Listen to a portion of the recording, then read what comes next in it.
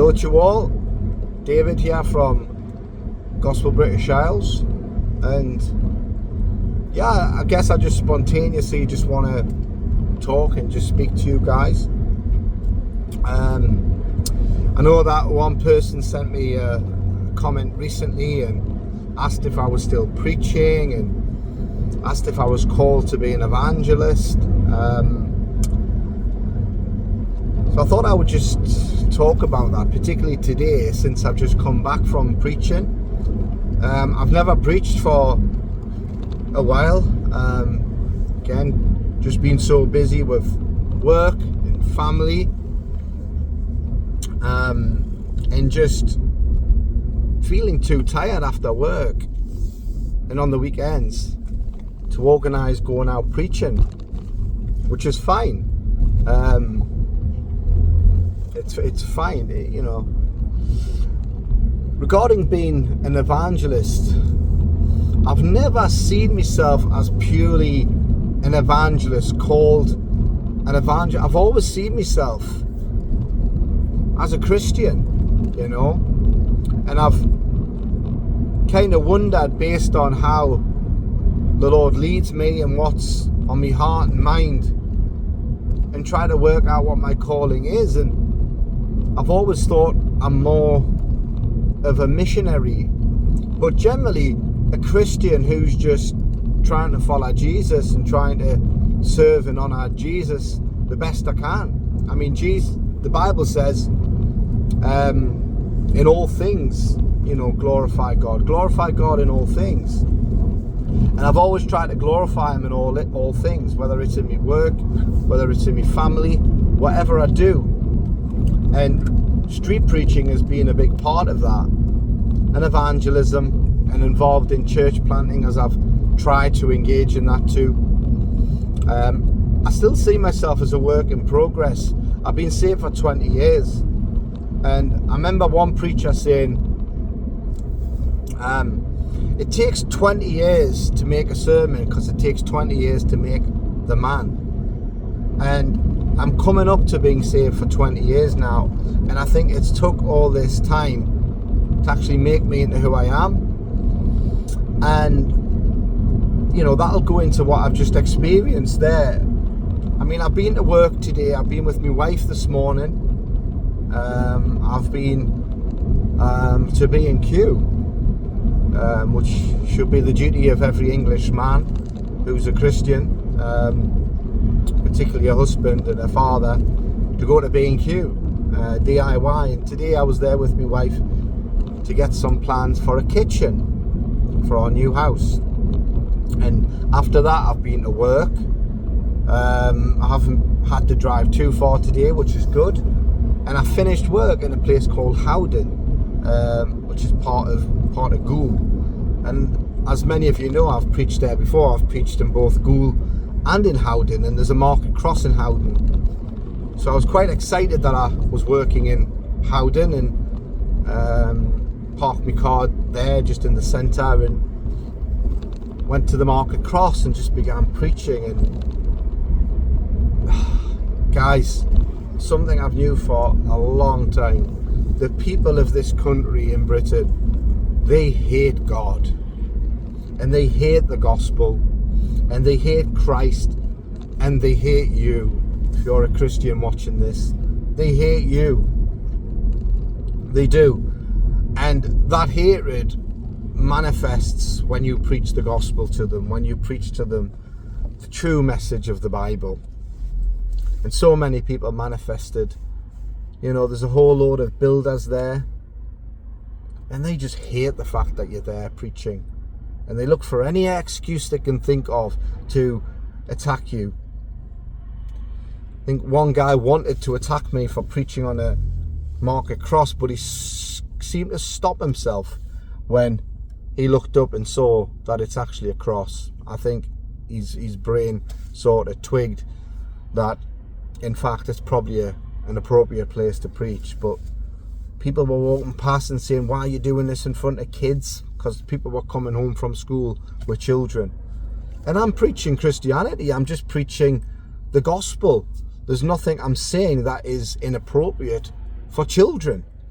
In fact, what I'm preaching is very, very good for children and important for children. You know, when we think today in our culture what children are actually hearing and saying on a daily basis, and what they're hearing from teachers, some teachers, not all teachers, many teachers are good, but what they're hearing and saying, but it's just an excuse to attack a preacher. And then something that hasn't actually happened for a long time, I was physically attacked, and this guy tried to attack us twice, but it was a really strange situation because the guy seemed like he had mental health issues. There was things going on in his life, and he was big and he was being aggressive, but the blows he tried to land on me were so weak, and I'm thinking, is he holding himself back, or is that kind of all he sort of was able to do? I don't know. But other people came out slowly and quite reluctantly, but they did come out. Even from those guys who came out to sort of protect me in a way, there was a sense that they didn't like me, and they didn't like a Christian preacher being in their town preaching, and kind of sympathetic towards the guy attacking me, which I've experienced before. And again, that's another sorry, sad state of this country. You know, and all these people are white, you know, middle-aged men, you know, living in, you know, a kind of middle class part of Yorkshire. You know, there they are. You know, thank God that God used them to protect me and move this guy on. But yeah, that's the situation today. But I've left there with just a sense of real encouragement. I mean, after that, funny enough, there was loads of kids turned up, and there was people out. Tons of people heard the gospel.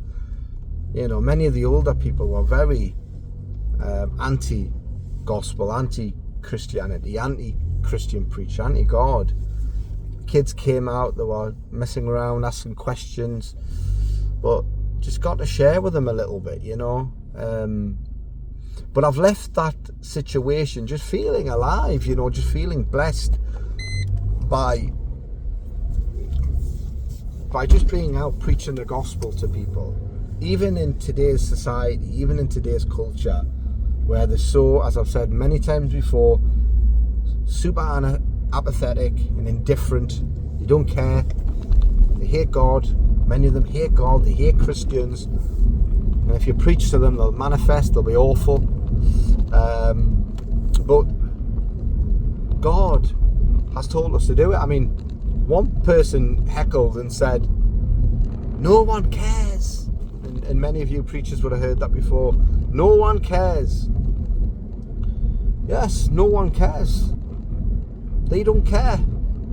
God cares.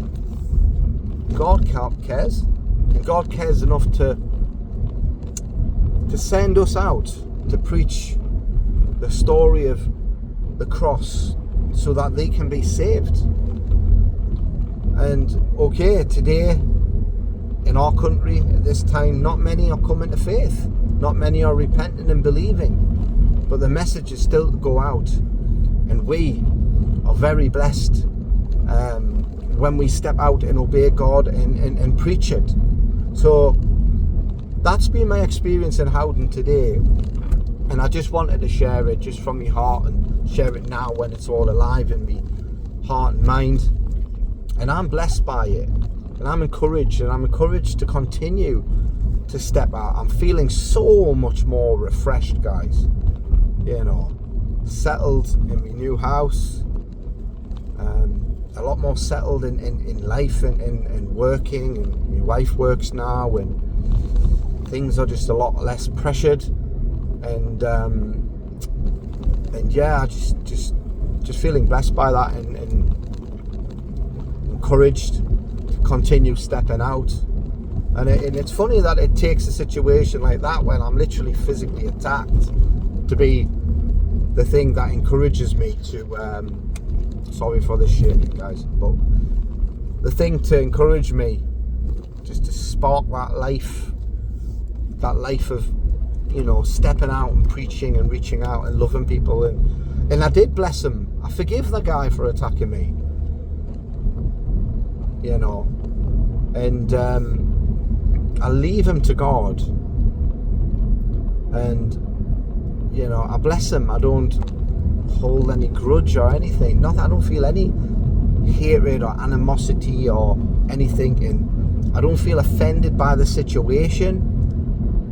I've been in that situation so many times in the past, and I must admit, when I first started to experience stuff like that many years ago, you know, it was challenging, it was hard, but it's not now, because God's given me an understanding about what people are like and how things are, and having been in those situations many times, I feel absolutely blessed. I feel encouraged. I feel, oh, just span out the way there. I feel blessed by it.